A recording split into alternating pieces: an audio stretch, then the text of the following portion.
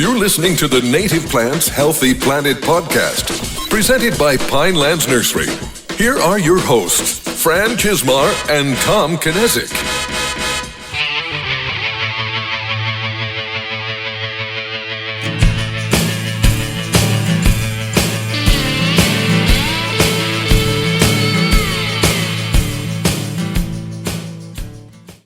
Welcome back to The Buzz, brought to you by the Native Plants Healthy Planet podcast, presented by Pinelands Nursery. I am Fran Chismar. And I'm Tom Kinezic, and today we're buzzing into episode 73, and welcome to our brand new, all fancy professional studio that we're in. We have all new equipment, like professional equipment. It's weird. I feel like So we sound different. At least in my headphones, we sound different. And we're still in the same old place, just having better stuff.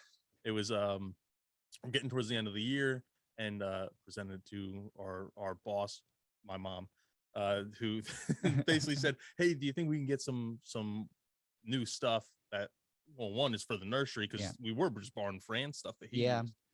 And so I hope that our voices are crispy and velvety clear. And my equipment wasn't really meant to do that. It was more of a soundboard when I was doing a radio show. So, I mean, we made it work. But I kind of always, when I listen back to episodes, could hear like a light hiss, or we couldn't get the volume of our guests with Zoom just right. So this should make it. I'm just wondering how long until I mess something up. Like, and I'm honestly, recording. I did hit record. We're just praying it works. This is the big thing. So if you're hearing this, it means we did something right. Yeah, totally. So I'm happy. But yeah, we're all set up. We have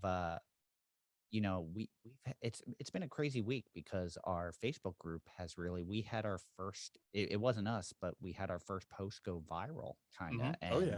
And we grew by 75 members this week from that post alone. So we'll see if they listen to the podcast and if we lose them. Yeah. But no, and we're going to touch on that post later, because that was really something amazing that it just spreads the message. That's what we talked about. It's a perfect post to go viral, and I love seeing that. And it was the right one. It's a right thing at the right time, the right situation, and it all worked. So, I'm thankful. And now this is normally when I say, "Hey, let's get into what we're vibing with this week," but I changed it up, and we're actually going to start with this or that this week because I need some redemption. I had that big. I'm used to hitting all the sound effects in a certain order. So now, like, and I have them prepped in that order. So now, I really threw Fran off this morning, but I was ready. So we do have a winner. It's funny because I really haven't looked at it, and there has been so much great interaction in the Facebook group. The post with the voting is pretty far down. So but we do have a winner. Yeah. And sorry. Oh, it's okay. I was just going to say that we had two really good articles. We did. And this is the section of the show, if you are new to listening, this is the section of the show where we kind of talk about some of the things that are going on current event wise in the world of botany or ecology or even conservation. Yeah. So Fran's article last week was on, where is Fran's article? It was on why Switzerland is growing a native plant oasis in the heart of Washington, D.C. And then my article was on the North American Grasslands Conservation Act, which is interesting because when we talked about it, I didn't realize they were both kind of DC focused. I didn't realize it either. And it had been mentioned by a member of one of our listeners that Tom typically does, like, not the feel good ones, but more like get your ass in gear. And I typically do the science-based ones. And we flip-flopped, we flip-flopped before the person made the comment. So it was interesting, but based on that, the voting has been cast, and we do have a winner. And it was me. I'm back on top. Like, I feel like, but it was close for a long time, and it's still close. Yeah. I think when I looked, it was 11-7. I don't know if it's changed any from the last time. I haven't looked since, and that was the last I saw was 11-7. So no, it's a lot of great votes. I think with the win, I'm going to go first this week. And it was tough. Like, I know I joked with you because there is a new Margaret Roach article, and I didn't go with it. And I was going to see if you were going to go to it. And I didn't either. And it's a shame because it's a great article. If you get a chance, it's I think it's called "Why the Largest Trees Aren't Necessarily the Best Trees," and it brings up a lot of great points. And if you get a chance to read that, you can get through the New York Times firewall. That's a great one. But I had trouble actually. the article I chose wasn't my original choice. I was originally going to go with an article about how Harvard had finally made the decision to stop investing in fossil fuels. Mhm. And it made me think of Dr. Sala when he was talking about how humans are the only species that cheat by going after fossil fuels instead of using what's above ground. We're the Yeah. only ones that cheat.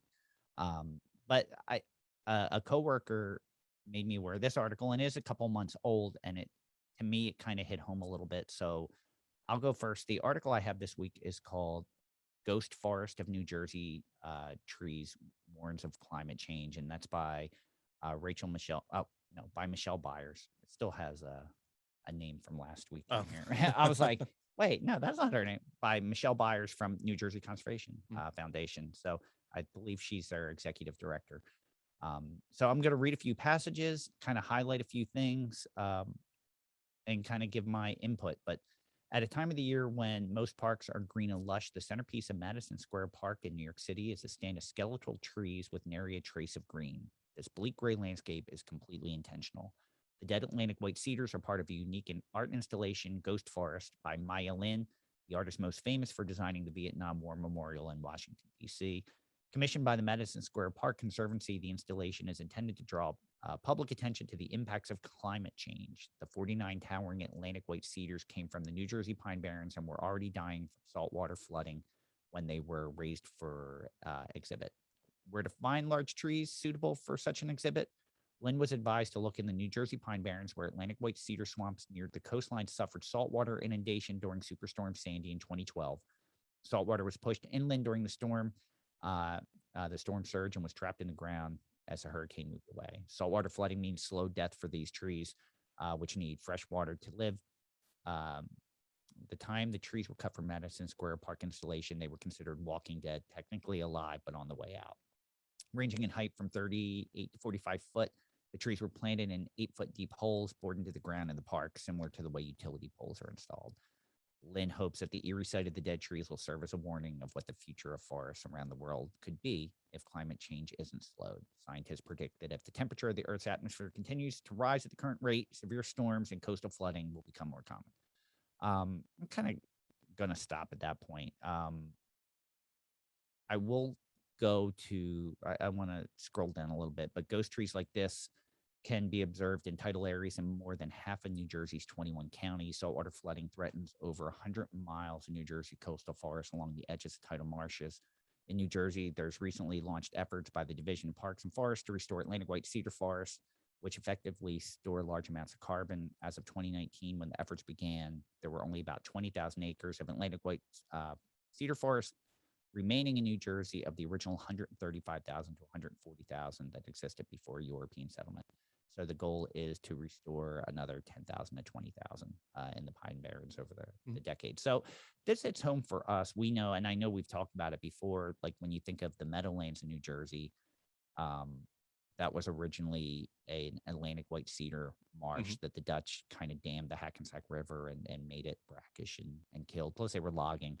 So it's just, you know, when you drive through the Pine Barrens, you see the effects. You see ghost trees. Oh, yeah. It's not, it's, you know, and it's from that salt influence. And Sandy really had Superstorm Sandy, far impact. We had projects that were postponed for years, for 5-6 years, because of the salinity still contained in the soil where they started to plant, and they didn't realize how impacted it was. So it is kind of, you know, it is a storm, and it was the storm of a lifetime that hit, but it is a real thing. And you are seeing change as far as more southern plants moving north, plants that we were accustomed to seeing as kids not really being here anymore and being more of a northern species. But you don't always think of the tidal influence. And I know that doesn't affect everyone, you know, in the middle of the country, but on the coast, it is a little more relevant. You do see it. The beach towns are changing. Like you do see an evident change, which I always thought, you know, even though we enjoyed the beach, I always thought it was silly that so many people put up residences on a place that changes. You know, it's constantly changing. But it's a real thing. So it's nice. It's an interesting piece of art put in a prevalent place. And hopefully people will see it and think of it. of what the effects are. And especially in a place like New York City, I think that's it's a good way to raise awareness, just like we saw with that giant mural of the Eupatorium. It's yeah. People are going to ask questions. They're going to wonder why that's there, and I just hope it hits the mark. I hope it does enough, because it is a big issue, and I don't know the current statistics of how fast they say water is rising, or sea levels rising, but an inch is a big difference. Oh, big deal. Because it really can. An inch means it's coming in probably in some places hundreds, if not thousands of feet further inland. Yeah. So it seems like a tiny little thing when they say, oh, it's going to sea level rise in the next handful of years is going to raise 2 inches, 3 inches, 6 inches.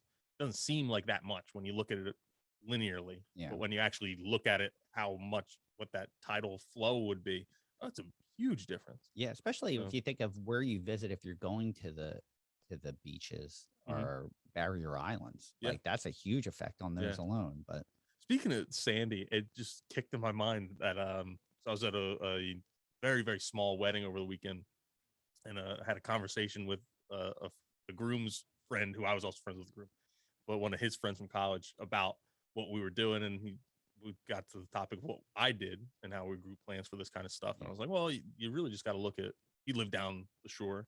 Well, you really just got to look at what happened with Seaside and Seaside Park during Hurricane Sandy. Yeah. You have one that with no dunes and no green infrastructure, and there was a lot of devastation. You have the other with lots of green or the dunes and they're planted, and there was no real house damage. And he was like, oh, I don't know if I agree with that, because those dunes were mangled when, like, after the dunes were half gone, the beach was half gone. I'm like, well, that means they worked. The beach wasn't. The beach isn't actually supposed to be there. It's not supposed to constantly be in the same spot, and there was no, or very, very little housing damage behind it. So it means it worked. Yeah, and it means we got to redo it. Yeah, that part sucks. But had they not been there, think about how much more damage. And there are probably less dunes that should have been there. Like there should have been probably a much larger amount of dunes as a buffer. You know, and like I remember after Sandy, one of the big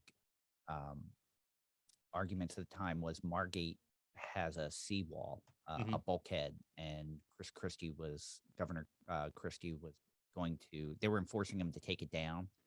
And a lot of people were up in arms saying this is what protected the Margate beaches, and you can't do that. But that created so much energy for all the beaches south of there and made their devastation much worse. So unless you're going to bulkhead the entire thing, like you really needed to do it the proper way. They just created way more energy during that storm because of the bulkhead. So I wasn't so in tune with this until, and I'm still not, I wouldn't say in tune with this up until a couple weeks ago, but where it's really bad is in like the bayou of Louisiana, where there's literally, if you looked at a map and you can see the lakes and their names, there's lakes that aren't there anymore because it just flooded so much inland, and they're losing marshes, and a lot of it goes into the whole levee practice that they had, and it just diverted the water elsewhere. It was with sea level rise, obviously, is the big implicator, but the levees kind of diverted the water where it shouldn't be, and now you're losing land elsewhere. So and it's happening fast down there, like really, really fast. So the effects are being seen, but it doesn't affect everyone. You know, you see it on the coastal communities, but you don't really see it if you're inland. So it's a real thing, and it's nice to see. You know, New York City basically is on the water, so it's nice to see that level of awareness through art.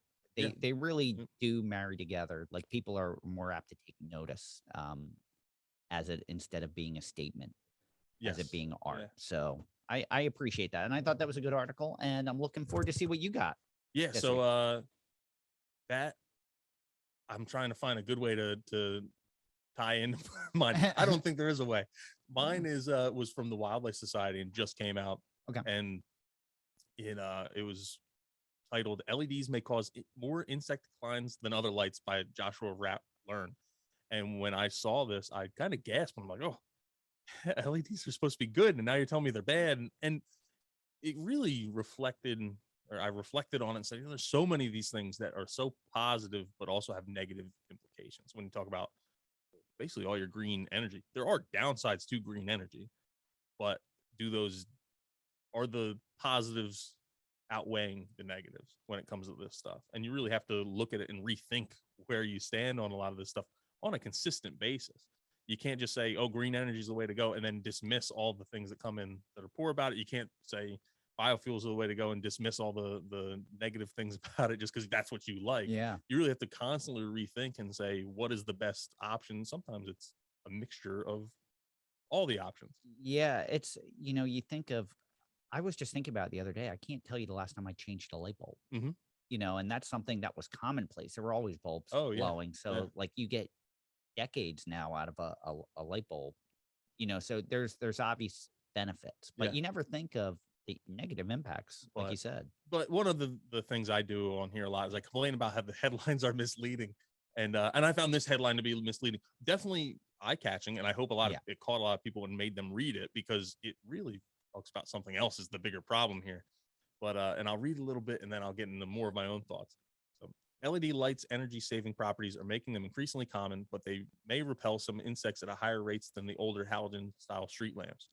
A quote, "We don't really understand the cause of the insect decline," said Douglas Boyes, a PhD researcher at the UK Center for Ecology and Hydrology, an independent nonprofit research institute. But he and many other scientists believe light pollution is potentially causing pollinator declines in many parts of the globe. In a study published recently in Science Advances, Boyes and his colleagues looked at how light is impacting insects. After examining about 500 possible locations of street lamps in the Thames Valley in the UK, they found 27 sites with street lamps that had also had comparable area without street lamps. They then compared the number of caterpillars in the lit and unlit areas. And you may think, well, you see the street lamps, there's all these moths and insects around the street lamps. Why not count them? Caterpillars don't move.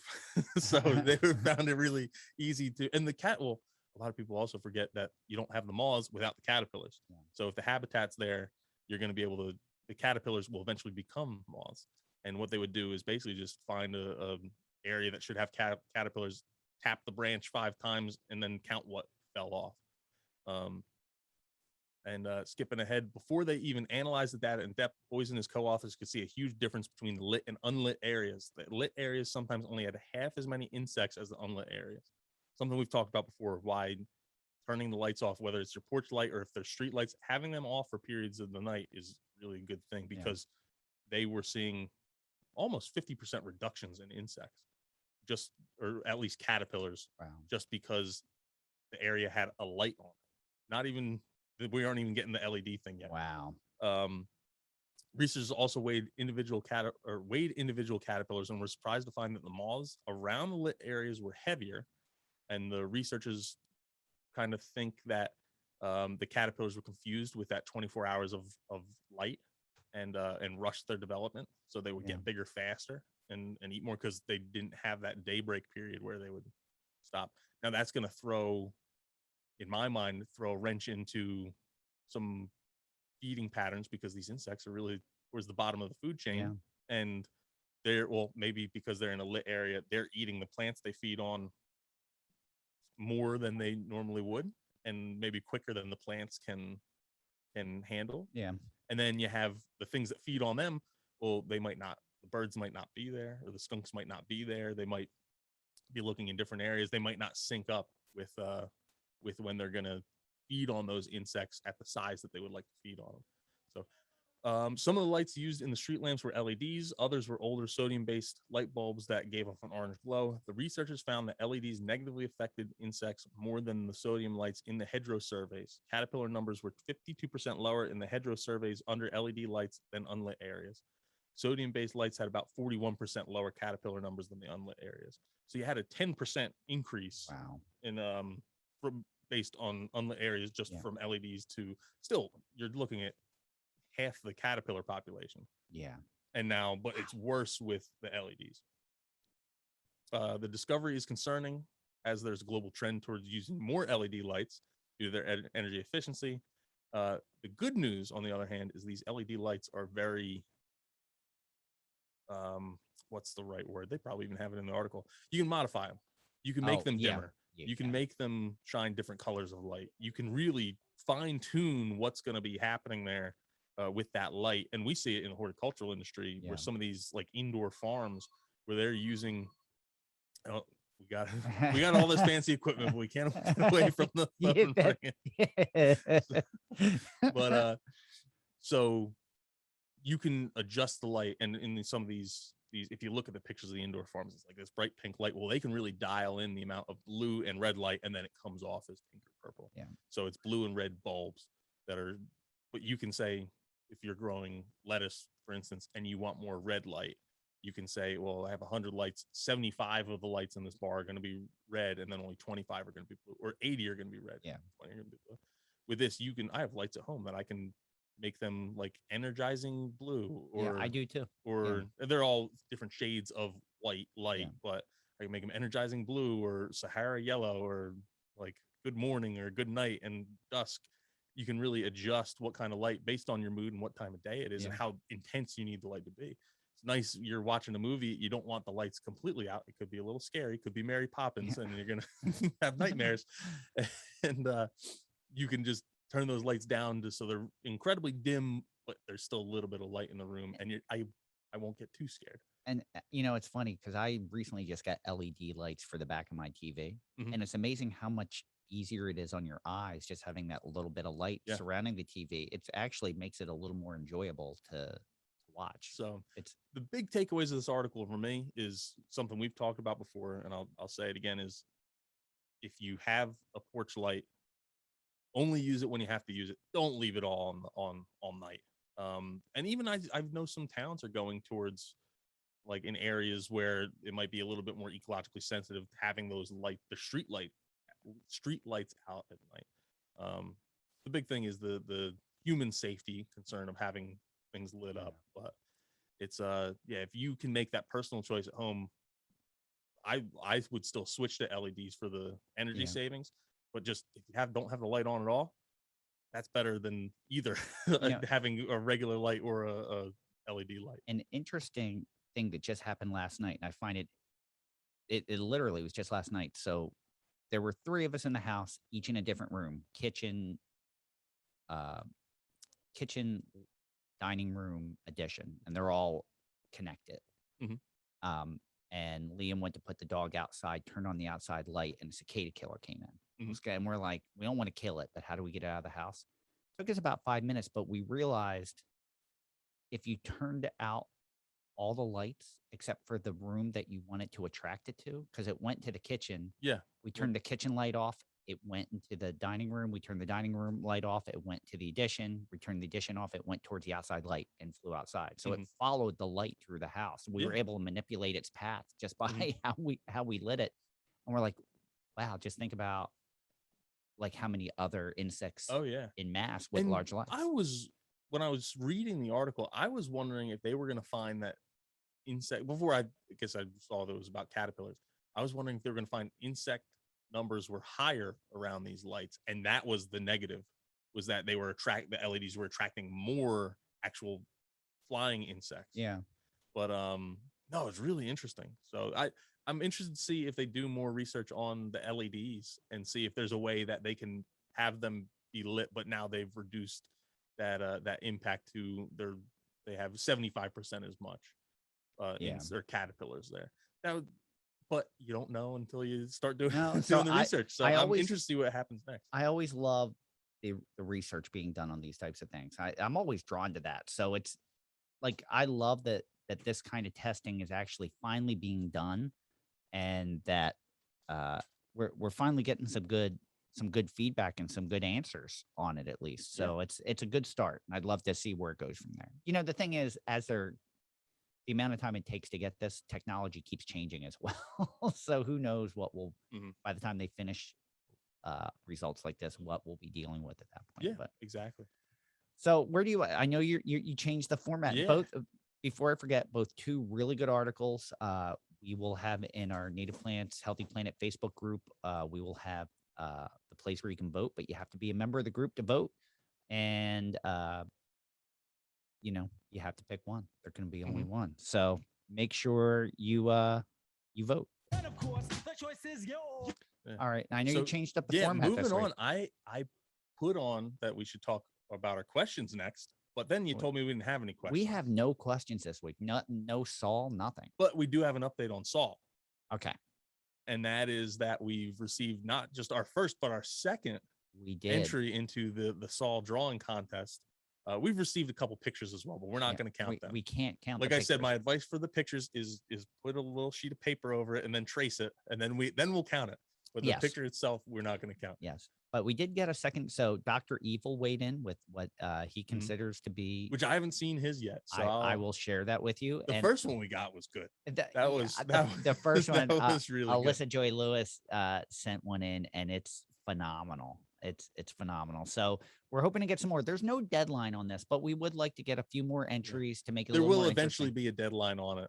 Yes. But, so I would love the deadline to be two buzzes from now. Yeah. So But episode 77. I'd love to say, hey, we're gonna give it one more week next time because we already have 10 entries and this is the last call. But that's up to you guys at home. Yeah, let's I get a few can't more. make you draw them. I guess I could find where you guys live and I know it's show a busy up time of with year. You know what? If you have pencil. kids, have your kids draw Yeah. Saul. Oh yeah. So I'm wondering if I can't remember if we talked about this or not, but if we did say that the winner would get a long sleeve shirt, Mhm. maybe the winning picture should be made into a shirt. We could. I think that's possible. You could Yeah. we could have our own Saul shirt. Yeah. That's Like- not a bad idea.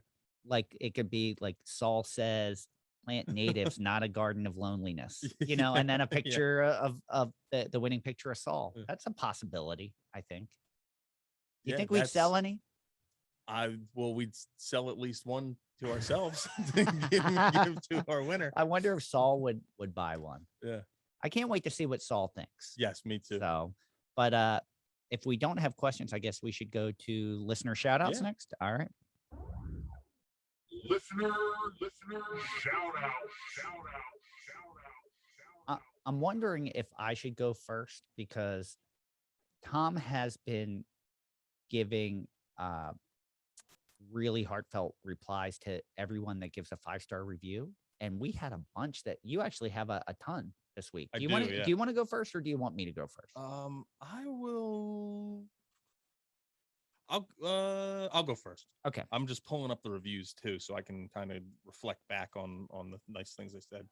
There are some great reviews. Oh yeah, we got some really great reviews. In fact, we got 5 reviews. Four of them were 5-star reviews, and so the first one was from Red Stare.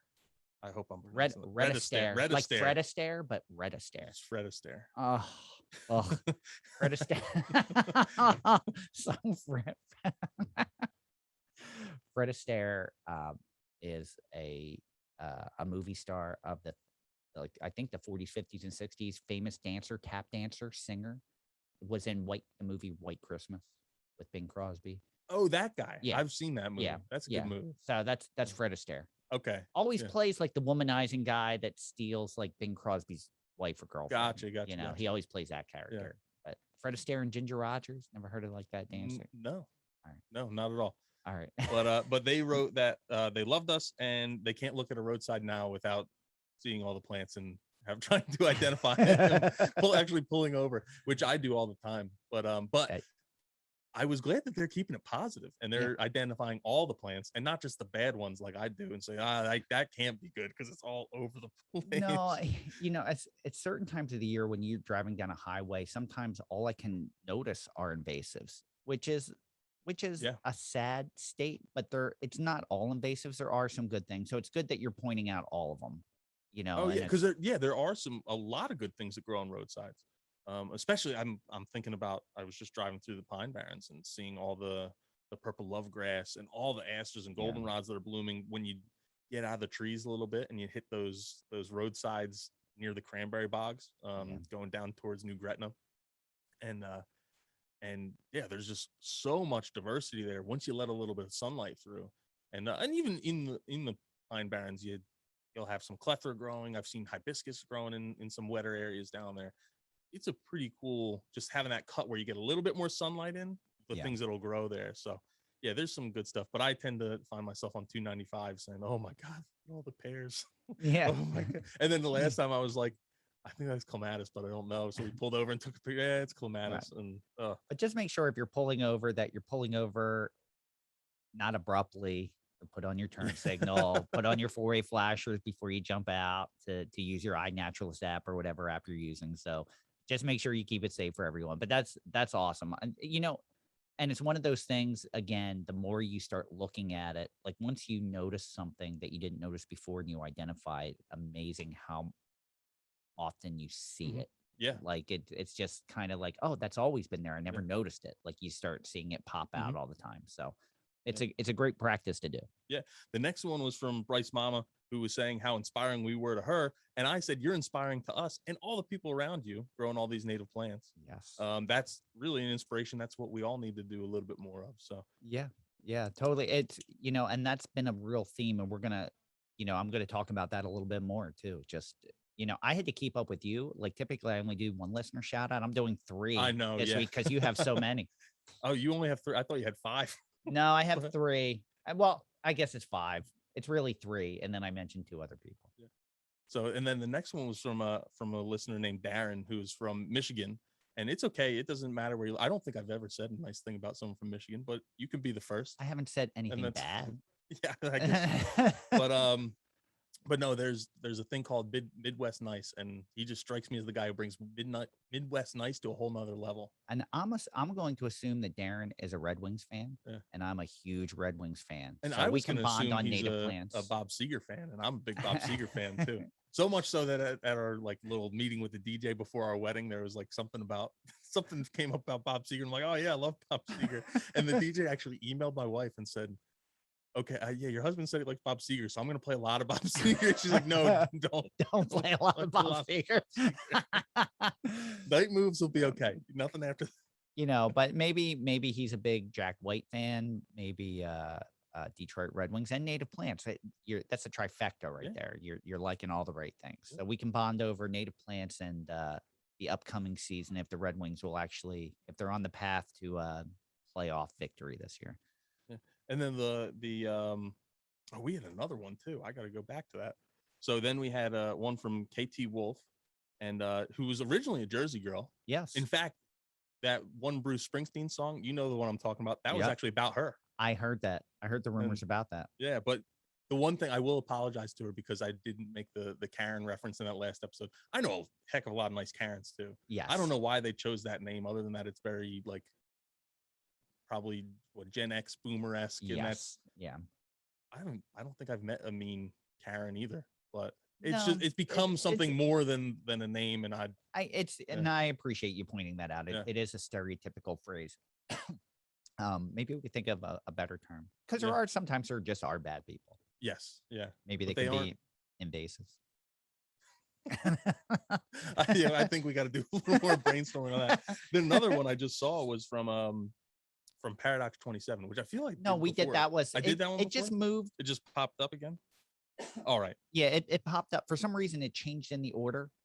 You actually gave them a shout out in episode 71. So. All right. Well, Paradox 27, thank you again. You get a double shout out. I wonder if they edited something. Could be like changed a period or a spelling or something like that, and it just shot back to the top. So, but no, we definitely appreciate all the nice reviews. It lets us know that we're doing a good job. It gives us a little bit of feedback. One, on what you like that we're doing, and 2, the things that you don't like what we're doing. So if you get a chance, take some time and leave a review. And if it's a 5-star review, I'm going to talk about you right here. Yeah. And I will say genuinely nice things. Yeah. Those were all very nice things. Things I did not make up about. So I have 3. So I kind of in order of to me in the Facebook group that this laid out. I started with Carolyn Klauba at Sourline Conservancy after episode 71. I think it was episode 70. No, actually it was with Backyard Ecology with Shannon. We were saying that you could number your garden to go out there, and if you wanted to take a passive approach of spreading the native plant message, but you're proud of your garden, you could make a map that you could leave out at the front of your property, almost in a bin, like you would do if you're looking at a house for sale, and just number the plants with a description of what they are, what pollinators are like. And Carolyn Klauba was going to do that. She was going to take the lead, and she has a Xerces pollinator garden. And she was going to do it with that, which I thought was a fantastic. It was very inspirational and very forward thinking Yeah. to be progressive with that. And when she said that, Tina Notice from DNR Greenway pitched in with some ideas to help, and Kelly Gill Xerxes said that she would be able to help also, maybe with some literature. So that was very inspiring to see everyone jump in and want to make a change. Then we had Bree Reynolds, who was packaging native seed from her own property and posting it on her Facebook Buy Nothing group. And then the one that kind of took off, and we mentioned this at the beginning of the show, Jessica Miller put together a little native plant seed library. So it's kind of the ones you would see on people's properties with books where you can put a book in or take a book out. She did it with all native plant books and seed packets, and it was packets that she packaged herself from seed from her garden. And she posted that, which was extremely inspirational. I mean, in our group alone, everyone was commenting and wanted one. And I believe Jessica's husband made it from repurposed wood. It was beautiful. Well, that post has since, I think it has over 100 shares. It's brought 70 new members into the Facebook group. It's kind of really taken off in a positive way that we've talked about with social media, that there's positive things that you can do to make an impact. And this post has made an impact. I think she said that first week she's given away 150 seed packets. And that's 150 people who are taking those home and now growing native plants. And maybe they were growing some native plants already. Well, now they're growing more. Yeah. Or this is their first introduction to native plants, and now they're growing something, and they're joining that homegrown national park idea. Yeah. And by growing natives in their yard. And they're not just buying a plant, they're growing a plant with different attachment once you do that. And I know there was a lot of great information about stratification that she put in. She was printing out things from the cooperative extension, and people were taking that. So the pamphlets, it's just such a feel-good story. It made us smile. It made our members smile. It brought a lot of more people to help grow the circle. And obviously in your area, people are interested and they're coming to see it, which is, it's kind of our flagship native plant nursery, little native plant nursery. So I'd love to see more of these. I would love to do it myself. I've been doing a little research now. No, that's like, could you imagine if there was one every time you saw those like little free libraries and you had like a little seed library next to it?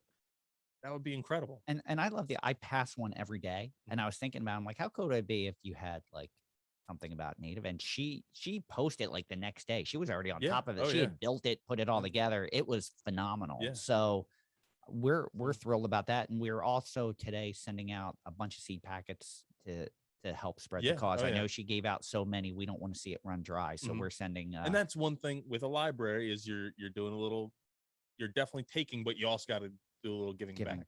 I just heard about, like, with fishing, they have fly libraries too, for fly fishing, where it's like similar concept and just people leave their flies, but the complaint was that people never leave the good ones. They always leave the ones that don't work. So leave good stuff in there. If you have some natives at home and you live close to where Jessica lives, or you have a seed library near where you live, make sure you're putting stuff in there as well. Yeah, if you live close and you have some books that you've done reading and you want to spread the message, please do that. That's a wonderful thing. And anytime I have a friend that shows interest, I buy them breeding sweetgrass and say, please read this because I think you'll appreciate it. So as long as we keep doing positive things like this to spread the message and create the community, I don't see how it can go wrong. It's just very, very innovative and inspirational, everyone, and keep up the great work. It's a great active way to get people involved at their own pace. Yes. Yeah. They can take them and work on what we're asking for. Yeah. Yeah. And hopefully if they're having some issues or concerns, they come back and they have questions, or they join a group like ours or another group and ask those questions to make sure that we want them to be successful. Exactly. Yeah. So I think we should move on. I feel weird. I'm like, didn't we already do? No. Now we're going to get into the plants that we're vibing with this week and move on to That's Hot. All right. Would you like to go first this week? Yeah, sure. Okay. So mine was you said something earlier and I almost got into this, where it was like, identifying plants that you don't know. And then all of a sudden you identify it and then you see it everywhere. Yeah. For me, and that's the reason this stuck out is because 2 years ago I started seeing it in all these native plant groups online on Facebook. And then I was like, I'd never noticed that Astaire that was blooming, that it was white. Yeah. And then I started walking, especially when I'd go hunting, I'd walking around like on the field edge before I tuck into the woods, and I was seeing it all over the place. And I'm like, oh, this is the same plant. And it took me a little while to figure out exactly what it was, because there's two that look really similar. There's old field aster, which is Symphotrichum pilosum, and then there's Heath aster with his Symphotrichum ericoides. And the one I see more often is the Symphotrichum pilosum, but they're all both often plants. I'm sure if you're in any of these native plant groups east of the Rockies, you are seeing these people putting up pictures of these right now saying, hey, what is this, over and over again. It's one of those things where we say, yeah, it can be a little frustrating being in these groups because people don't look back. They only ask their own questions. But yeah, this is popping up all over the place. And it's the old field aster, the pilosum, is a facultative plant. So it can grow in drier soils, it can grow in wetter soils. You're going to find in wetlands about half the time. The stems and branches and often the leaves have a little bit of white hair on, and that was the big difference between the Heath aster and the old field aster. That's how you can tell them apart. Is I think Heath aster doesn't have as much of that pubescence on it. And but other than that, they look wildly similar, and for the longest time I could not tell them apart because the flowers are the same. They're both white. I guess the Heath aster can get like light blue, or one of them can get a little bit of variation in color, but they're both pretty white, very small flowers, and with a little yellow center. But they're both short. They're both like less than 3 feet, 1 to 3 feet. Both grow in similar areas. So it's you're gonna be, if you're into any of these groups, you're seeing a lot of pictures of them right now. So that was one of the reasons I chose it, because it is a cool plant, and it's not. I guess it's in the trade, but not a lot of people are growing it and planting it because it's not like it's the most beautiful plant. It looks like a little like old field edge weed. Yeah, that most people consider weed, but it has a lot of positive qualities to it. I don't really see it popping up on like restoration plants or anything like that, but a lot of the times, because it volunteers on its own, sometimes they'll spend the money. I have one that popped up in the garden in front of my house that I'm like, oh, okay, I guess it just came up here. But that's one of the reasons it's called old field aster, is because old fields can be excellent habitat. They tend to be really goldenrod heavy. A lot of mare's tail, which is what a lot of people consider a weed, but is a native plant that has some benefits too.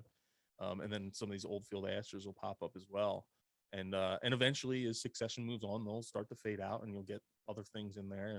But if you leave a field fallow for only 1 or 2 years, you'll start seeing like I said, the mare's tail, the goldenrods, and this old field aster pretty quickly. Yeah, that's a great choice. It's funny. I almost went with white snake root this week, because it's, again, you start seeing it everywhere, and it's like I chose not to, and I have a feeling I chose this plant before, but I chose high bush blueberry mainly for fall color, because we're starting to hit that time of the year. The temperatures are getting cooler. And I was walking through the backyard, and where a lot of things like the ash have started to change color, but the high bush blueberry were in like spectacular fall color in the backyard. And it made me just stop and was like, wow, you forget sometimes. You take for granted, like you think of the harvest of the blueberries, and the birds demolished the blueberries this year. It was a great crop, and the birds took full advantage of it, and you start thinking about that, and I'm like, wow, I forgot about how great the fall color is. So it is a facultative wet shrub. So where high bush blueberry typically likes wetter conditions or heavier soils, can grow up to 12 foot. I think that's, I don't know that I've ever really seen one in the wild 12 foot.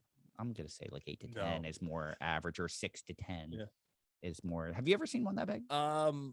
I honestly actually think so. I was just thinking back how we have a hunting club in the Pine Barrens, and I was saying, no one really hunts there anymore because it's easier to hunt around the farm fields in more the western part of New Jersey. But I went down there. I'm like, I'm going to try and hunt down here. And we were scouting, and we were looking at, from the trailhead, or the trail we were on, we were looking at what looked like flat ground going down to a little bit of a red cedar swamp.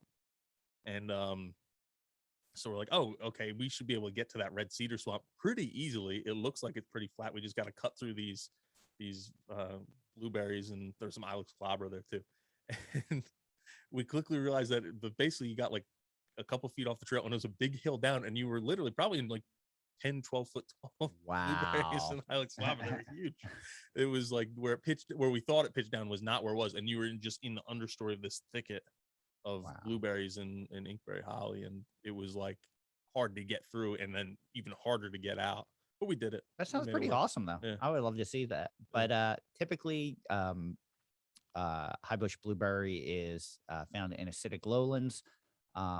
We all know the benefit of the fruit, and it does definitely have a spring flower. But right now, the fall color is just one of those things that's pretty spectacular. So if you don't have one in your garden, two great plants that you can add in. Make sure that you incorporate these, but two great choices. Yeah. For Oh, yeah. different reasons too, and I like that. So I have no complaints this week at Good. all. Good. Not that I'm one to complain. Yeah. How are we doing on time? We're like 45 minutes in. Okay. Yeah, I So- will do my Yeah, I was book gonna then. say we definitely have time. The what's it called, the theme music list aspect of our show, because I still haven't done it yet. I have a spot on my drop board just for that when it's created, and I've been trying to do it, and I haven't. We'll get there. And I feel bad because it's another not plant related book, but it brings some things that we can bring into the plant world. That's okay. To it. It doesn't have to be. And this was a book I had on my Libby hold list. Libby's the app you can download books from your local library. I probably had it on there for close to 6 months. It was a long time, and then it just finally popped up like in last weekend, and then I downloaded it on Sunday, and I finished it yesterday. So I got through it pretty quick. But it was called Think Again by Adam Grant. He wrote a book called Originals. Okay. That was also like really, really popular, especially in the business world. But this one, and the cover is really interesting because it's a match with a flame coming off it, but the flame is water. Oh, And all right. it's like, okay, you can kind of picture what the book's about just from the title and that graphic, and that things aren't always what they seem like they are. And basically his whole message is we need to constantly rethink about our lives, about our relationships, about how we perceive the world, just really even how the world works. And he basically said there's three main types of people, especially in conversations. You have your preachers, you have your prosecutors, and you have your politicians. Yeah. Your preachers are saying, this is why this restaurant has the best steak, and you should don't even bother with another restaurant. This one has the best steak. This is the only way to do it. If you want to do this thing, you got to do it this way, or you're doing it wrong. Yeah. The prosecutors are the ones when in a conversation, you're saying how you like to do something. Oh, that's not going to work for these reasons. They're always saying why your idea is not a good one, or maybe you're the one saying that's why it's not going to work. I kind of find I'm in that range sometimes. group Yeah. more often than I probably like to be now, like talking about it, where I just kind of, it's not that I doubt how things work. It's more I look at my own experiences, or I can easily pick out where there would be hindrances in that plan. Yes. And then you have the politician who's just trying to appeal to what they aren't steadfast in their beliefs. They just want you to like them. Yes. And so you're talking to that person, or you are that person you're talking. You're like, oh yeah, I love going go-kart racing, and you haven't been in 6 years. I love golfing, and or I love native plants, and you don't have any plants in your garden. Adam adds another section saying we need more people who are scientists, who are not necessarily trying to. They can be convincing, but they're not trying to disprove what you know. They're trying to provide question or thoughts on why you should maybe think about doing it a different way. Similar to the prosecutor, instead of saying that's not going to work, saying, hey, have you thought about how it'll work in this instance? Yeah. And throwing something out there. Or instead of a preacher saying, oh, this is the best steak, and he said, this is the best steak I ever had in Oklahoma City, but I really want to try this steak from this other restaurant and see how they do it, and admire how the differences in how they do things. And where the politicians or the scientists also not always steadfast in their beliefs because they're constantly challenging their beliefs. So he advocated that everyone should try and be more like a scientist and less like a preacher, where you're really, this is the only way to do it. Less like a prosecutor, where you're saying you could, like, why would you do it that way? And then definitely not like a politician, where you're saying, I want to be your friend. Yeah. So they get into how your gut instinct isn't always right. and that you really need to challenge yourself with confirmation bias or desirability bias, where you're looking for the results. This happens all the time, and especially now, and like politically, you find it all the time where, oh, if you are conservative, you're going to watch Fox News because they're telling you what you agree with and why you should not like the other side. And if you're on the other side of the aisle, you're watching your own networks because they're gonna tell you what you want to hear, and you're not challenging your beliefs. You're just confirming what you already believe. Yeah, and just driving yourself further that way. You're staying in your comfort zone. You're hearing what you want to hear. He really advocates something we've advocated for. When you believe something, find an article that says that you shouldn't believe that and why you should think the other way, because it's going to challenge you and it's going to harden what you believe into what it should be by saying, oh, you know what, I hadn't thought about it that way, or I hadn't considered this aspect of it. All too often we just look for what we expect to see or what we want to see, and not for what the actual facts are. Like, how do you find for yourself, like, I know, like, I'm just looking at aspects of my life, like, say, like, I love music. I very rarely ever go to see the same band twice, because it could be a great show. One, I don't want it to be tainted and see that band again and not have them live up, even though they could be better. But because I always just want to see something new. Like, I want to see how someone else's thing is. And sometimes I go to see a band that I don't like just because I want to see if their live show is better than bet it. And I find that, like, with food, like, even though there's things I like, I'm always going somewhere new to try something different, or I'm always planting a different plant to give like as much diversity. It's weird. Like, or a park, like, I have parks that I love, but we're always going to discover a new park. Yeah. Oh yeah. And I'm like that with a lot of things too, where it's, oh, we got to try something new. And then, like, there's certain restaurants I'm not even going to bother getting something else on the menu because I know this is something I love. Like, I'm not going to Julio's and not getting a Gina Cotta. Yeah. But so no, it was an interesting thing, and I've been rethinking everything all day and saying, why are we doing things the way we do them? Yeah. But this is where it starts to get into a little bit about how we can apply this to native plants. I guess is one step further. You have the fallacy of knowledge, which he harps on a lot, and how we think we know how things work. Right now, you're probably listening through your car radio or through earbuds. And everyone knows how a car radio works. Everyone knows how earbuds work. But if you were to actually have to start from square one of how my voice is going through and ending up in your ear with your earbuds, could you explain the electrical conductivity that's going on that's making that happen? Could you take apart that earbud and point out what all the different pieces are and put it back together? So yeah, you know how earbuds work, but you don't really know how they work.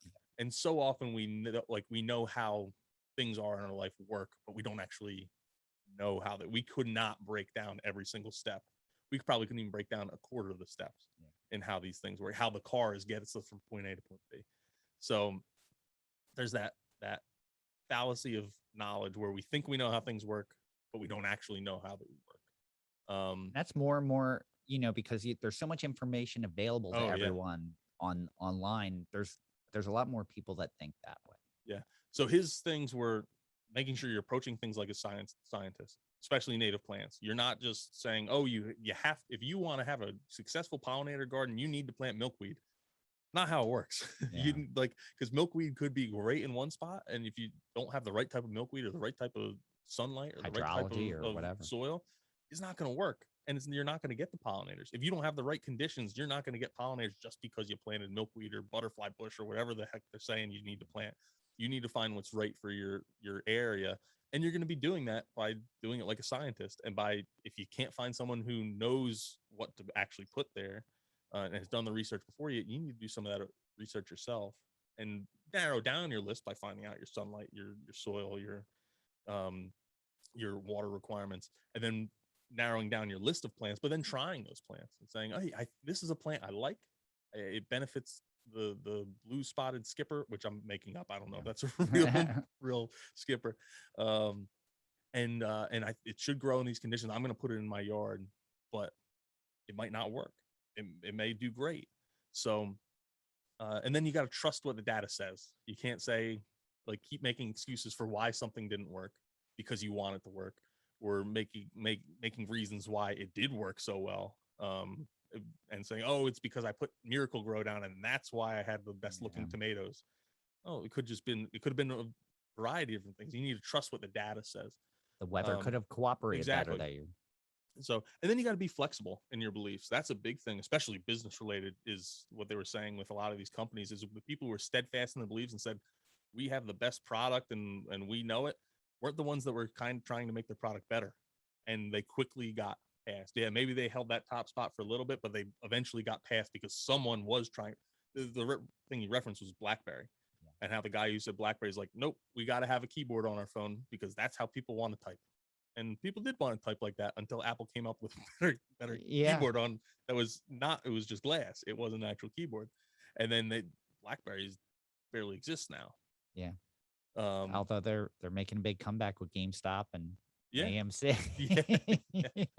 So if you're into meme stocks. It was talking about debates and debating and just having conversations. And was saying how you get so much further with debate when you acknowledge common ground, something we talked about in our last buzz all the time. If you acknowledge common ground and where you both share interests, now you can have a friendly conversation, and maybe you aren't going to convince them on right there, then and there, but they're going to take some of that home and it will change their opinion. Sometimes you just have to celebrate what makes people happy. Yeah. If that's what and that will help you find common ground, I think. It was saying present your strongest cases and just your strongest cases. Don't come in with a 40 bullet point list saying these are all the things that native plants are good for. Say, hey, native plants are great because they clean the water. Yeah. And if that person's interested in cleaning water, it's going to help. But they don't care about the insects, or they don't care about the soil, or they're going to care about what they care about. Just give them what they care about. Yes. Don't worry about the other things. And then you need to acknowledge that those conversations are a dance, not a duel. You are not going to win if by making it a fight.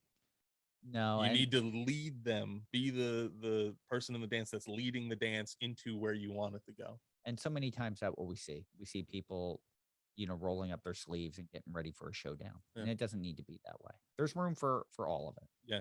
And the two big takeaways I took away at the end were that strong beliefs are not always a good thing. Like, have beliefs, but be realistic and challenge those beliefs and be willing to change those beliefs. Like, we could all agree 100 years ago that the Model T was the best car out there, but it's not now. Yeah, I was going to say, like, do you still believe in all the same things you believed in when you were 20? Yep. Like now? No, of course not. Like, things change. You get older. You look at the world differently. There's, your opinions over time are going to change. Yeah, and appreciate being wrong. There was one guy they referenced was he loved being wrong because it means he knew more than when he just thought the thing before. So when you're wrong, and then when you have a belief and then you're proving that belief is wrong, well, now you know for sure that thing is wrong and the other one might be right. Yeah. Where before you thought, oh, I think I'm right, but the other thing could be right too.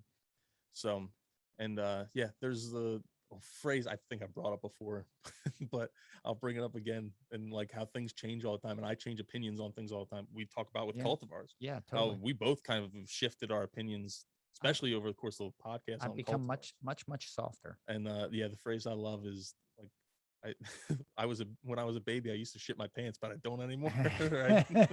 Things change. Yeah. So it's true. So it's what you believe in today, you may not believe in tomorrow. Yeah. So just keep evolving, keep learning more. And the more you know, that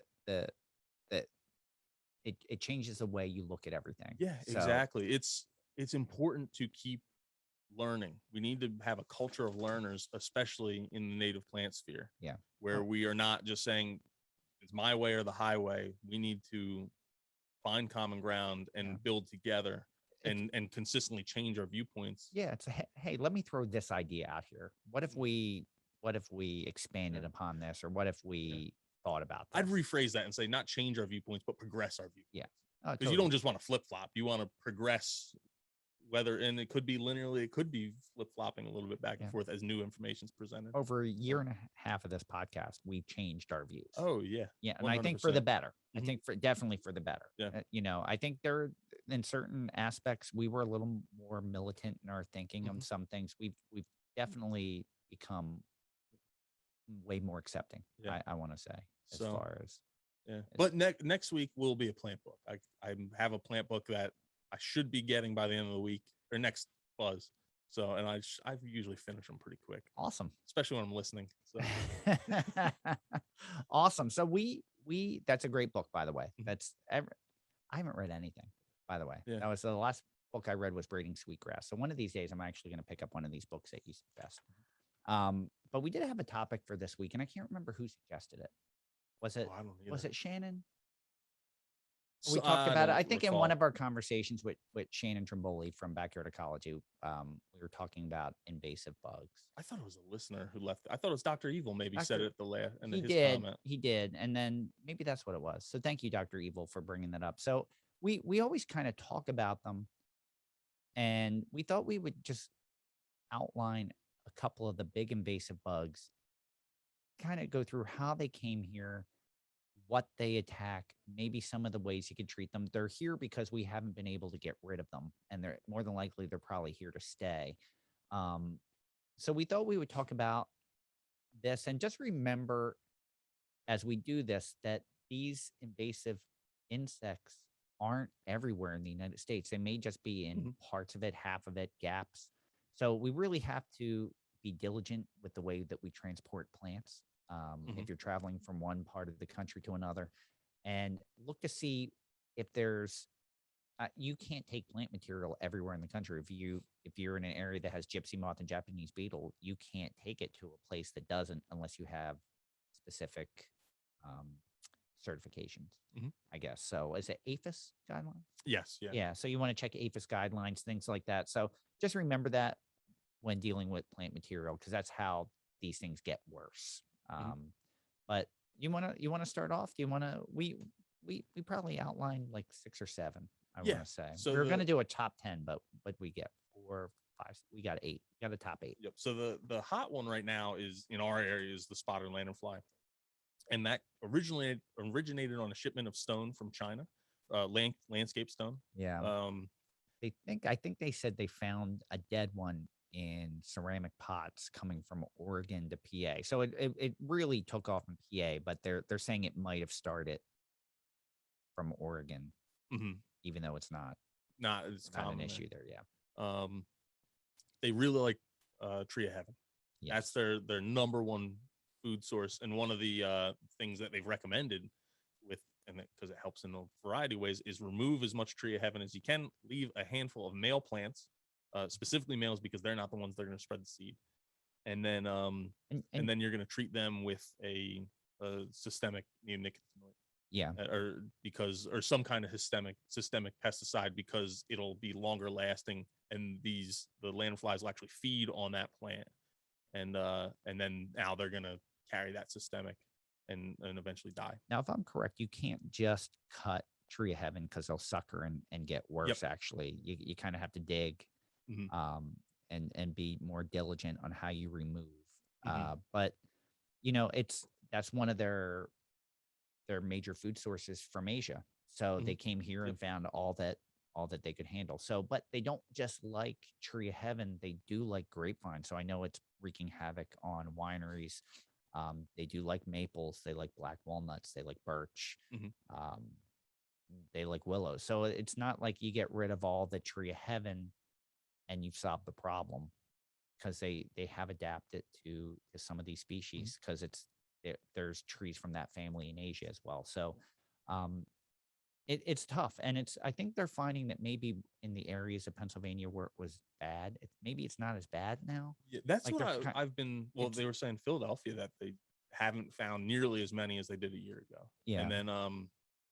And then I have a friend from near Harrisburg, PA, where it was pretty bad, and he was saying, or I guess closer to Doylestown, and he was saying how it was bad last year, and they haven't seen very many, if any, this year. So they've been in our area for over a year. Last year was the first year we were really seeing a lot more adults. I don't think we saw one on our property the year before, but there was one reported in our town. The funny thing is, the last 2 times I've seen them, like in the last 2 months, I've maybe seen 3. They've been nowhere near trees. I saw 2 in a parking lot at a mall, Mhm. and saw one in a parking lot at dinner. We spent a whole day at the grounds for sculpture and didn't see any. And then we one in the parking lot. So I don't know. It's weird, but it's not like we're seeing a lot. Like it's been here for over a year, but it didn't, Yeah. everyone expected There's it to there's like, way more. yeah. There's a fair amount here. Like I kill probably 3 to 5 a day. Okay. My brother kills like closer to 20 a day, but he's But outside all day and he's in thick Yeah. plants.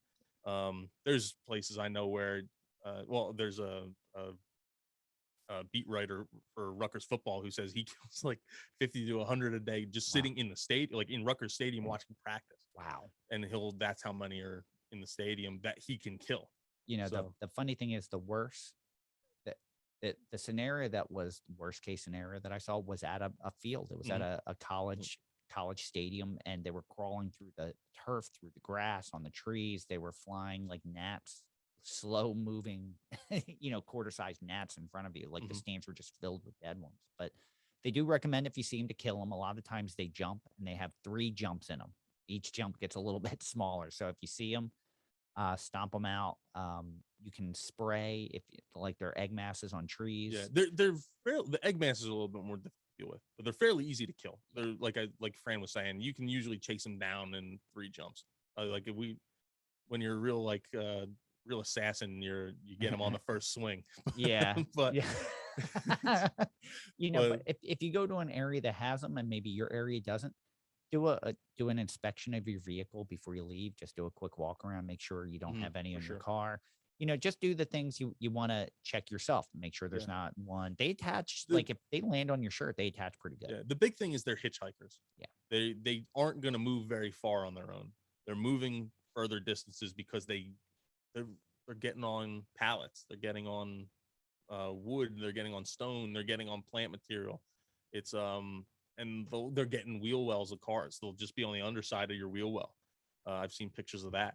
They hitchhike. Yeah. They aren't really a threat to many of our native plants. They'll feed on them a little bit, but it's more because they don't have enough tree of heaven to feed on. Totally. Yeah. So that's that's one of the prevalent ones right now. One that gets talked a lot about right now also is Asian Longhorned beetle. This one came in wood pallets from Asia into Chicago. Longhorned beetles like to burrow in softwood trees. So they like your maples, they like your elms, birch, and a lot of times they're coming in firewood or nursery trees getting shipped from the Midwest to maybe the East Coast or something like that. So it was a big problem in New York City. And the problem was they were affecting large maples. Like if you're in Brooklyn, you have one tree, that may be the only tree in your area, and people were really sad to lose these legacy trees for them. And they were cutting them down and burning them because that's the only way they can ensure they could get rid of it. And they've controlled it a little bit. You don't hear about it as much as you used to, but it's still a problem. And I don't know what, other than cutting and burning, how to even control it. But you want to not let it get further out. Like I remember when it first hit New York City, probably 16 years ago, they thought it was going to wipe out everything in the Northeast. And it didn't. They kind of kept it contained. It wasn't as bad as they thought, but it's affected some really larger, older trees, which is a shame to see. So, and they'll bore in, they'll eat, and eventually kill the tree. And you want to make sure you dispose of it. Like you can't cut it up and just put it out. Like you have to burn, so that's a hard one. And that's why it's bad as it is. And it's here. I don't know that we'll ever really get rid of it, but hopefully we can keep it contained. Emerald ash borer is one that you don't hear nearly as much about now as you did 10, 20 years ago. 20 years ago, I was in Michigan when it first hit in Michigan, because I think that's where it originated. It came from the wood pallets in Detroit. So it wiped out, and they have mainly ash forests, and it was forests of ghost forests because of emerald ash borer. So, and then it got shipped, I believe, out of a nursery that was quarantined in Michigan down to Maryland. So then it kind of hit Maryland, and it's something that it's the biggest factor for the Sourlands Conservancy. One of their biggest, what was it, 1 million trees they're factoring to lose to emerald ash borer. Yeah. So then the adults are going to eat the leaves, but it's actually the larval stage of that beetle that's boring under the bark and then eating the rich tissue that's under there. Yeah, they leave like an S-shaped wound, I think, and they'll just kind of eat enough that it disrupts, I think, water conveying systems and eventually kills them. Yep. So it's, it's kind of tough when you hit forests and they spread quickly. So it's like those forests in Michigan were gone fast, and then when you have that, then you have openings. Yeah, you're getting seed bank, but if there's invasives, it opens up so many other problems. So it's nice to see organizations like Sourland Conservancy trying to make a difference, not just in those areas. They're trying to get people just to plant native plants to compensate on their own properties in places they weren't, and then they'll deal with it from there. But it's almost like a losing battle. It's almost like you just say, hey, I have an ash, but I'm not going to have it that much longer. You just assume it's gone. And that's a sad state. It's funny when you think of all the trees that were so prevalent that we no longer have. Like ash was a staple in our mix 15 years ago. We sold a ton of ash. We don't even grow it anymore. Like white ash, green ash. You have the loss of elms. You have the loss of chestnuts. It's so many trees that we just keep losing more and more and more. But that one you can kind of control with imidacloprid, which is a pretty nasty chemical. So it is controllable if you spray. I just don't know how else you combat it, especially when you're dealing with like 50-foot tall trees. But this one we just learned about from Shannon Trimboli was, were you familiar with the red bay? I was not, no. I was not. So apparently it's red bay wilt or laurel wilt disease, and it's not really the beetle that's killing the plant, it's their fungus farmers. So they incorporate a fungus into the tree, and the fungus kind of kills it. So it's I think a lot of it's being spread through firewood, because it's prevalent in the South right now. But you can kind of notice it. Frass, like borers typically bore out and you'll see frass around. Frass is kind of like sawdust around the base of the tree. So it actually comes out like a toothpick. Like it's deep enough that it will be like a toothpick sized piece of frass. So when you touch it, it will fall apart. So that's kind of how you'll see it. But they introduce a fungus, and then it destroys the food and water conducting system. So the tree just wilts and just can't intake more water and just eventually dies off. Yeah, that's interesting because I hadn't heard about that until we talked to Shannon about it. Yeah, but what I had heard about was the Japanese beetle. Yeah, which I didn't realize. This was kind of my introduction that these things aren't everywhere. Is it was introduced to actually Riverton, New Jersey in 1916 in iris bulbs, and it's crazy, isn't it? So it likes roses and plums, a lot of Asian plants. It doesn't seem like it's as bad now. No, it's because it's been around for a long time. It was introduced early and it didn't take off early, but really like the 50s through the 70s, it was horrible. Yeah. Like, and it's horrible. something for me. I just grew up with it. I didn't even realize that it was such an issue until I got into the industry, and I didn't realize it wasn't worldwide or countrywide until I was getting on a plane from Kansas City, Missouri, back to New Jersey, and they had a big sign like saying, make sure you check all your luggage for Japanese beetle. And it was just at literally the, I don't know what you call it, the extendable thing you walk down before you get on the plane. Yeah. Whatever that is. It was right at the end of that before you got on the plane. And they had a big sign saying, watch out for Japanese beetle. Wow. Yeah, I've never seen that. It's one of those things I remember as a kid, you couldn't have rose bushes without spraying because they would devastate it. Plums, like sand cherry, that type of family, they just feed on the leaves and totally decimate it. And what happens is kind of like the next one we talk about, they eat enough of the leaves that it kind of weakens the plant, makes them susceptible to other diseases. It ends up killing them. But before I forget, with the laurel wilt, so like red bay, which is affecting and sassafras, that affects things in the laurel family. Avocado, it's affecting like the avocado farmers out in the Midwest or out in the West Coast. They said it's not necessarily there yet, but they don't know how they're going to combat it. But I know red bay, which I'm not that familiar with because it's not native here, but apparently it's a big necessary tree for a certain swallowtail. So it is going to affect other insects, where I don't know that other insects are eating hybrid roses like Japanese beetle. Yeah. Like this one's affecting, native insects. This one's affecting just it decimates everything. Yep. Like I remember as a kid, if you had a pool, the whole top would be filled with Japanese beetles, Interesting. and then everyone had the beetle bags where the pheromones that would attract them, and all it did was really attract more beetles to your property. So it's you don't really see those anymore. That's kind of waned. I don't know that today's status on Japanese beetle. I just don't know. Maybe it is bad and we just don't see it, but I can't tell you the last time I saw a Japanese beetle. Yeah. Oh, I see them all the time, but maybe I'm not out enough. Maybe I'm not looking hard. Yeah, I know. Like I'll see them, especially around my pool. I'll see them a lot. Yeah, and pretty common. They go there to swim and then drown. Yeah. So next one, when I think of Japanese beetle, we always think of Gypsy Moth.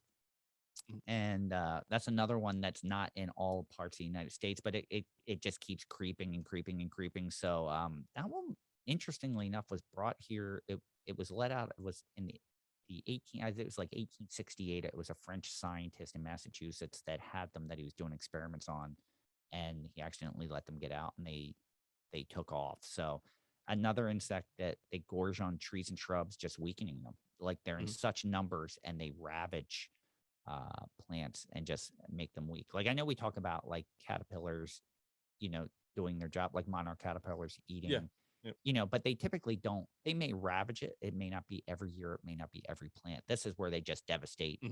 They're in such great numbers that they just devastate everything. Yeah. So you can spray for them. I know they tell you to use BTs, which is Bacillus. Let me see, Tringiensis. So BT or BTKs, which are a way to spray for them. So that's one way to take care of it. And the BT is a organic bacteria. Yeah. And that doesn't mean it's good for you, but it's definitely an organic. It's a living thing. Exactly. So exactly.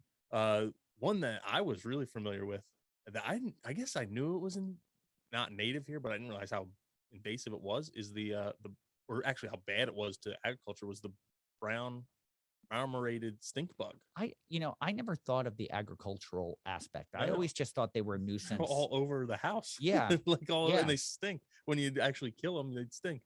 And those came from packing crates from Asia to Allentown, PA. They perform like really bad damage to fruit trees and nuts and vegetable crops. Also like tree of heaven, cherry, walnut, redbud, and grape. I see them all over my house. I didn't realize how bad it was and how new they were. They kind of, I guess they came, it's like in the 1990s. They really started to blow up in the 2000s. And there was fruit growers who were ready to go out of business. Wow. And may have actually gone out of business because they were so devastating to their fruit crops. So wow. It's the one common thread. You hear tree of heaven a lot. You hear cherries. You hear all these things that are Asian trees that some are invasives here, some aren't, but they come here and they just have no predators and they have all the food that they could think of. So it's kind of crazy. And I'm going to let you talk about the last one because I didn't know anything about it until you wrote it down. Yeah, I didn't either. And I just kind of Googled what are some invasive insects, and these last two are on the list.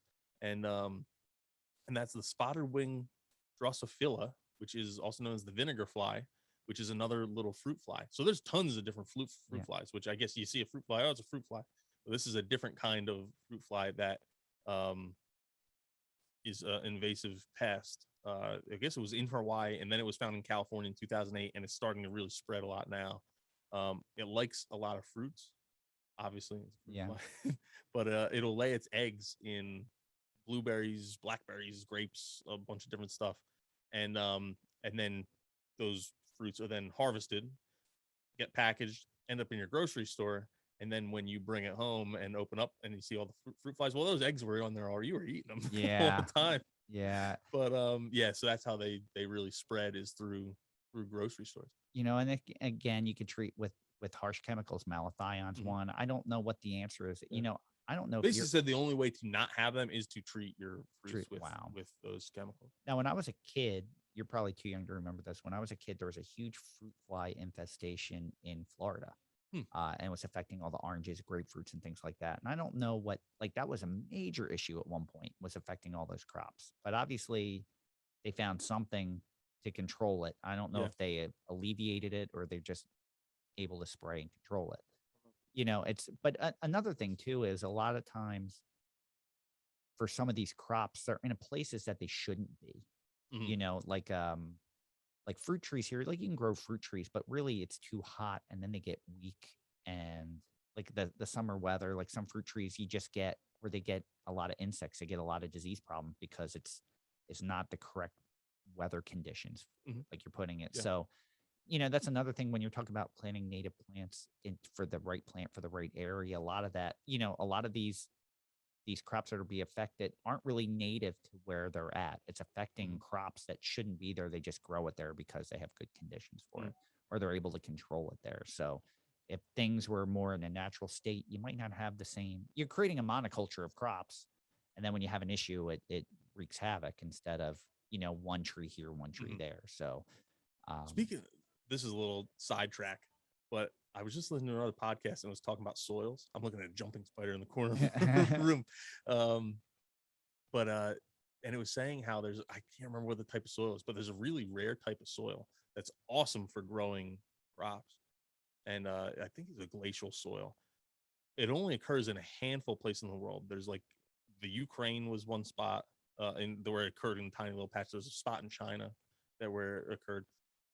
The biggest place I guess it occurs in the world is in the Midwest, really, and that was why it's the breadbasket, really not of just our nation, but really the entire world, is because that was such a home field advantage for us as a country, was we had some of the best soils for agriculture literally in the entire world, wow, and a reason why we rose to world dominance in a way.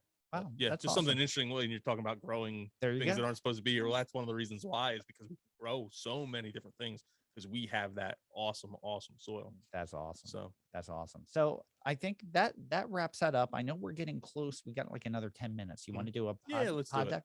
So I already picked one out because I was Okay, trying to good. be time Yeah. efficient. 3 silly mistakes to avoid in life.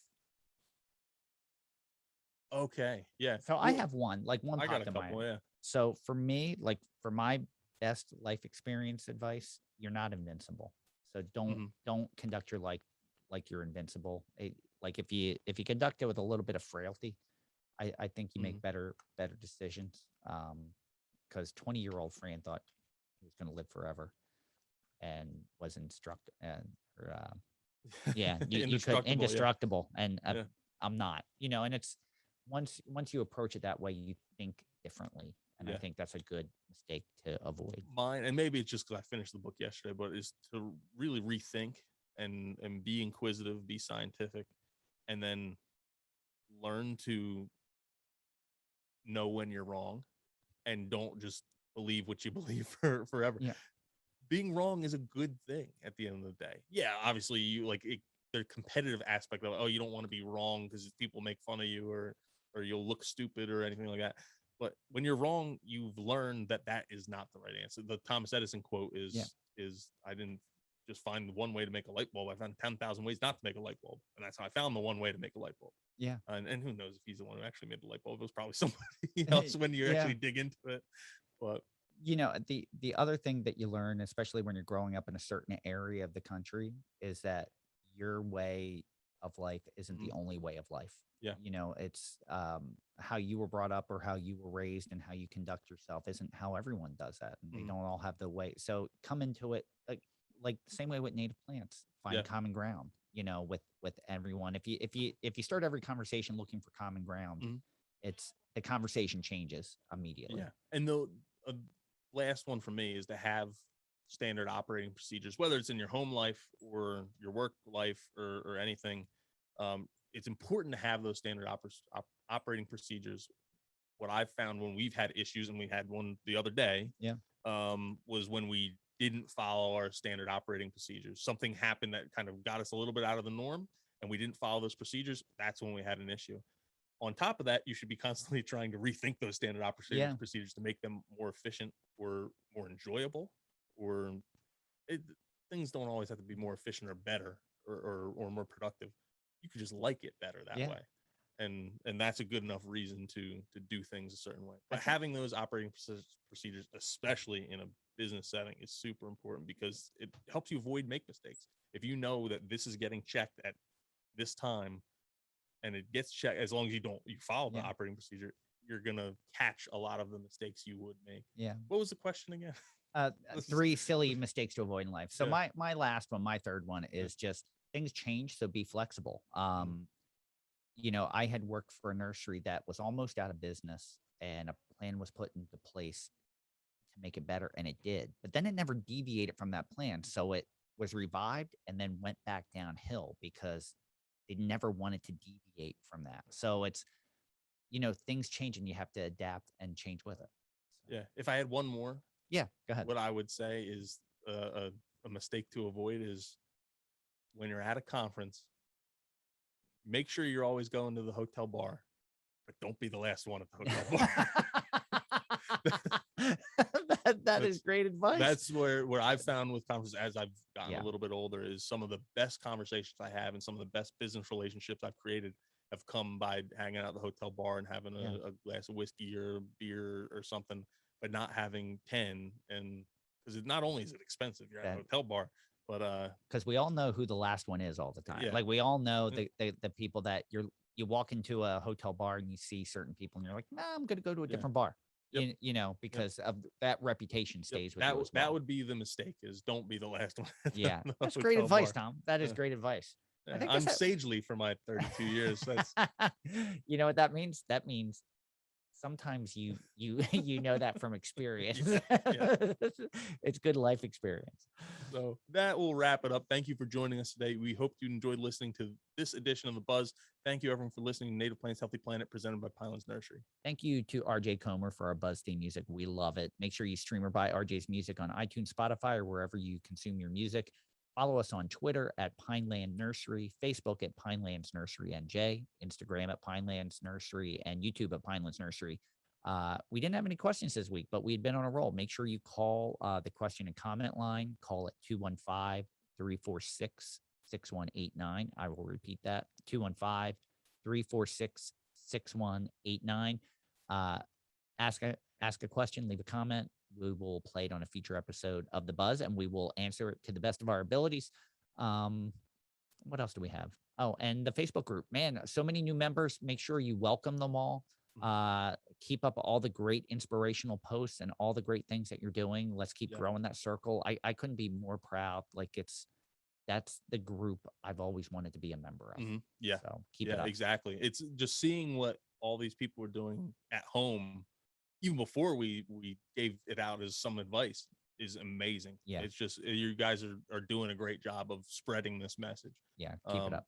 Other ways you can spread the message is you can buy a t-shirt, and then literally people will walk by you and read the message. Yeah. Hey, did you get the new Doug Tallamy Homegrown National Park one up yet? I don't know if I did. Like I said, I know was you at a have wedding. it ready. Yeah. I had it ready, and I think I said I was going to put it up on Saturday, and I don't think I did because I was at a wedding and You're didn't allowed. have a computer. You're allowed. But that one, if we have that one up by this weekend, that's another. Tom, I don't know if you've ever considered yourself a designer, but Tom designed all of these shirts, and I know he put a lot of work into them. These are some great designs and work. So kudos to you. And the Doug Tallamy one's great. The new ones, I bought a sweatshirt and a new t-shirt from the last bunch that you did. So yeah, and we will have hats soon. We unlocked. This is how they get you to sell more stuff.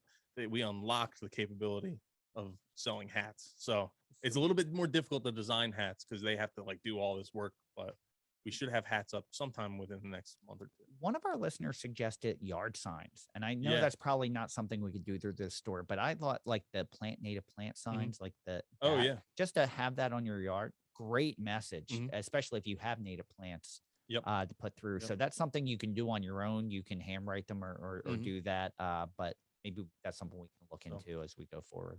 But all of the things that are on that web store, which is at www.nativeplantshealthyplanet.com, everything that's on there, 100% of the proceeds are going to the nonprofits that we have on. We've selected 2 so far. As we're getting more money in that account, we're gonna keep giving it out. So Kyle really bumped us up with his he put it on TikTok and we tripled what we had already. And I know Sourlands Conservancy, we're very pleased that we were able to give money towards them. And also Xerxes and New Jersey Audubon. So but now that we're entering a new month, we're going to be looking for new people to give it to that have been on. We Yeah. have a list of already who we want to work with, but So it's keep up to you buying, guys to get the shirts and know that that money is going to good hands. keep buying shirts.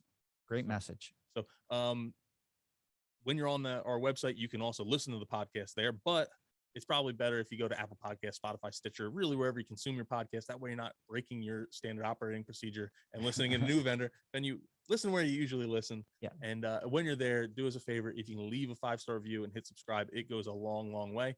And that little bonus is if you leave a 5-star review, I'm going to give you that super nice compliment.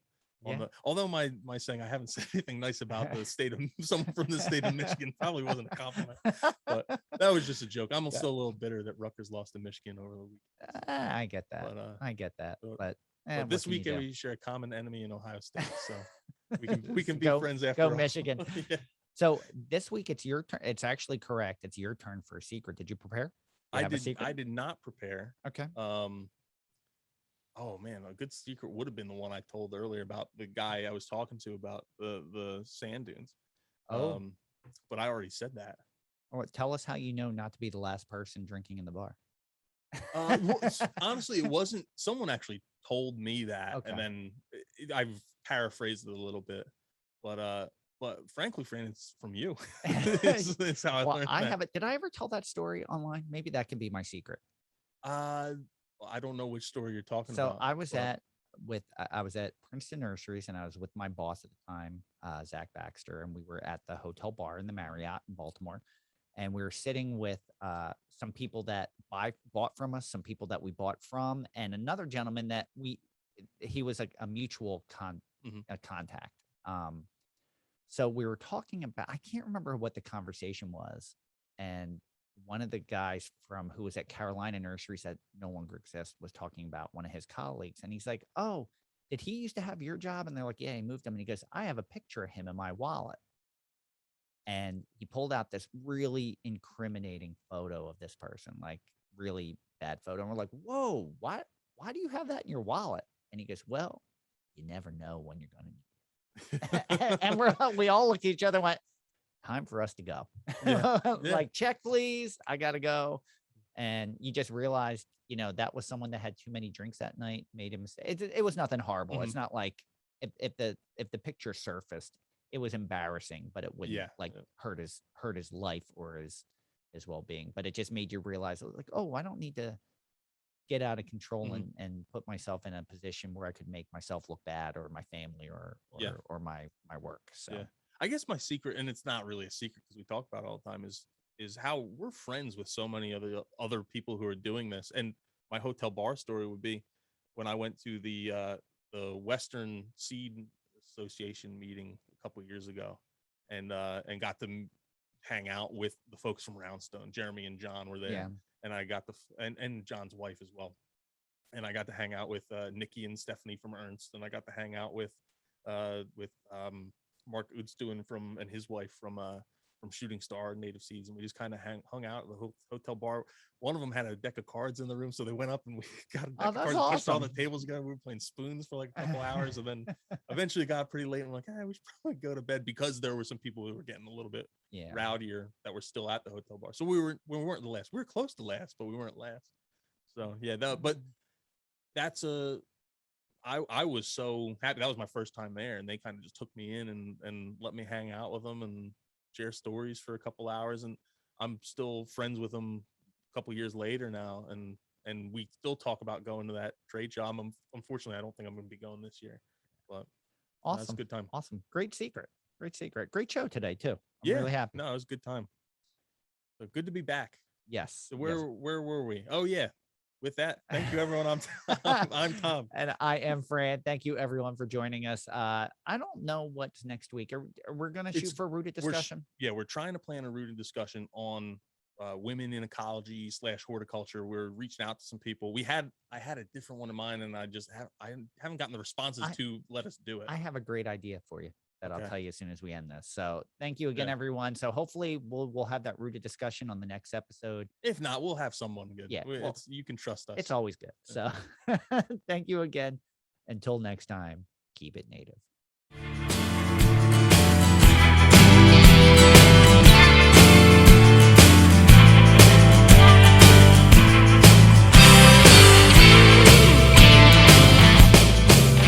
Thank you for listening to the Native Plants Healthy Planet podcast, presented by Pinelands Nursery. Remember to like, share, follow, and comment.